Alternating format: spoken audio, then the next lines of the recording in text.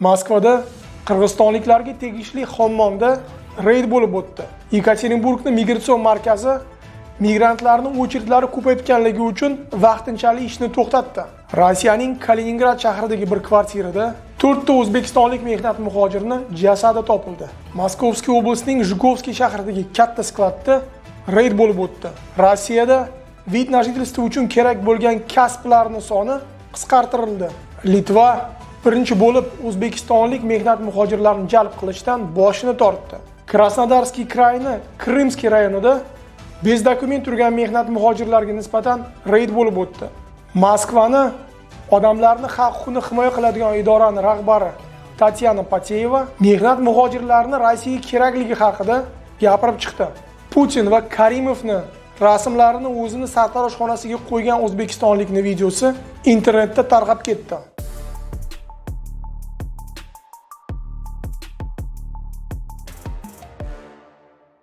Assalomu alaykum hurmatli do'stlar. Bugun 20-aprel va odatdagi yangiliklarimizni boshlaymiz. Boshlashdan oldin sizlarga mening Telegram kanalim haqida eslatmoqchiman. Hozir Rossiyada YouTube bloklanish masalasi boshqatdan ko'tarilmoqda. Shuning uchun Bahrom Ismoilov teringlar, galochkali profil ko'rsanglar, albatta podpiska bosib qo'yinglar. Katta rahmat. Birinchi yangilik Moskvadan keldi. Bu yerda qirg'izistonlik tadbirkorga tegishli Bodris degan hammomda politsiya xodimlari tomonidan reyd bo'lib o'tdi. Bu reydga asos bo'lganligi bu joyda Qirg'iziston fuqarolarining ko'pligi. Rasmiy ma'lumot bo'yicha aynan shu shaxslarning hujjatlarini tekshirish uchun bu reyd tashkil etilgan. Video tarqalgandan keyin shu zahot Qirg'iziston hukumatı Rossiyaning Qirg'izistondagi elchini chaqirtirishgan va o'z e'tirozini bildirishgan. O'z o'rnida Qirg'iziston hukumatini fuqarolarning haq-huquqlarini himoya qilish idorasining rahbari Jamila Jamanbayeva Rossiyaning fuqarolarning haq-huquqlarini himoya qilish idorasining rahbari Tatyana Maskalkova bilan uchrashdi. Qirg'iziston hukumatining vakillarining asosiy da'vosi bu reydni aynan hammomda o'tkazilishi. Reyd jarayonida politsiya xodimlari tomonidan Qirg'iziston fuqarolarini urishi va hokazo holatlar. Reyd natijasida shu hammomda bo'lgan 59 ta odam hujjatlari tekshirilgan, 25 tasida hujjatlari joyida bo'lmagan va ularga nisbatan har xil protokollar rasmiylashtirilgan. Keyingi yangilik Moskovskiy oblasining Zhukovskiydan keldi. Bu yerda politsiya Rosgvardiya xodimlari tomonidan katta skladda reyd bo'lib o'tdi.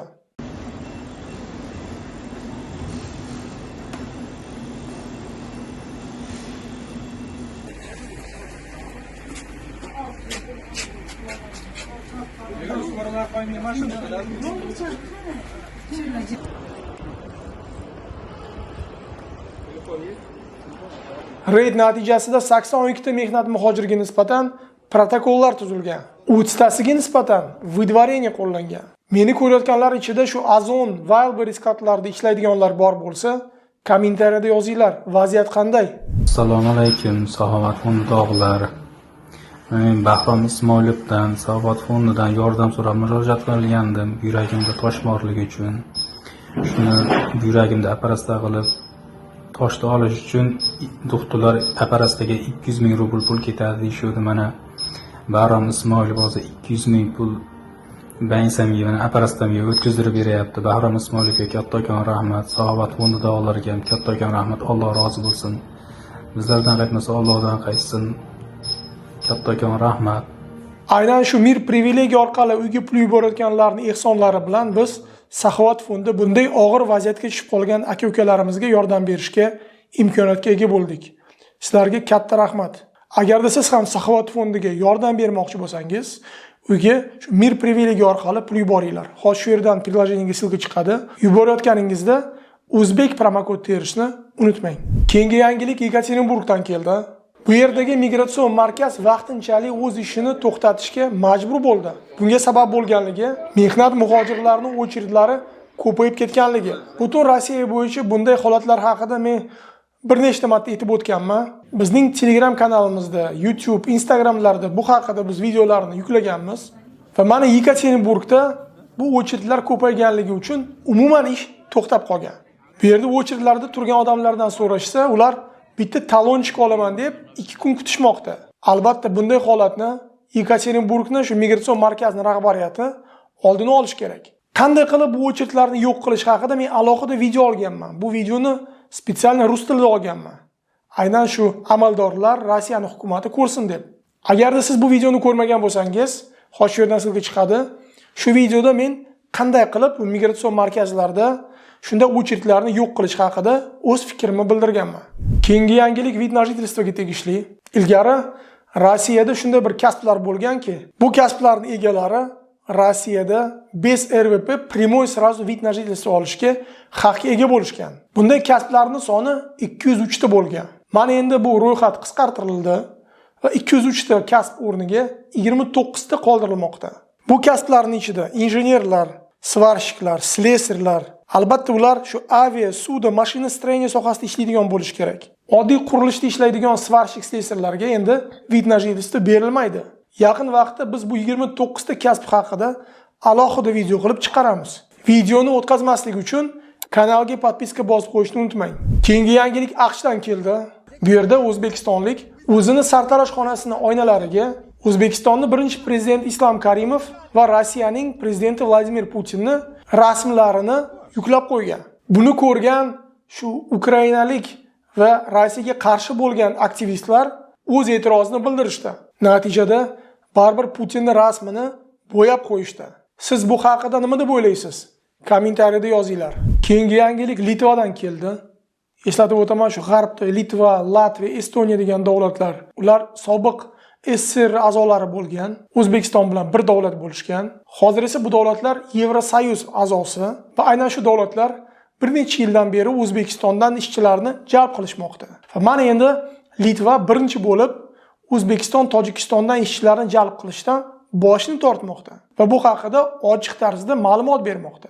Rasmiy ma'lumot bo'yicha bunday harakatlarga asos bo'lganligi aynan O'zbekiston Tojikistondan kelayotgan mehnat muhojirlar aynan islomiy oqimlar, islomiy terrorizmga tegishli joylari borligidan qo'rqib, boshqa Litvadagi ish joylariga jalb qilishmaydi. Bu yangilik o'tgandan keyin bir qandaydir O'zbekiston tashqi mehnat migratsiyasi tomonidan rasmiy ma'lumot kelmadi.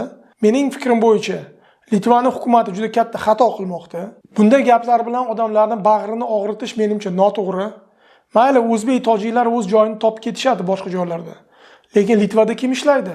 Litvani demografiyasini ko'rsak, ko'pchilik o'z aholisi Yevropaning boshqa rivojlangan davlatlariga chiqib ketishgan. Ularning qishloq xo'jalik sohalarida kim ishlaydi endi?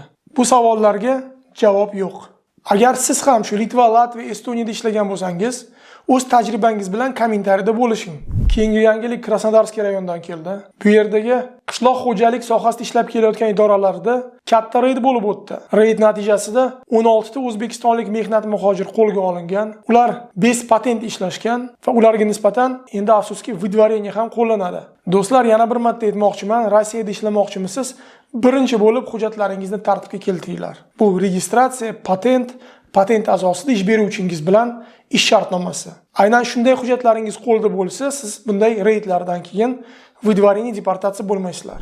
Moskvadagi fuqarolarning haq-huquqlarini himoya qiladigan idoraning rahbari Tatyana Patyayeva mehnat muhojirlar Rossiya iqtisodiyotiga kerakligi haqida gapirib chiqdi. С миграционной политикой что-то делать нужно. Нужно вносить изменения в различные постановления правительства Российской Федерации.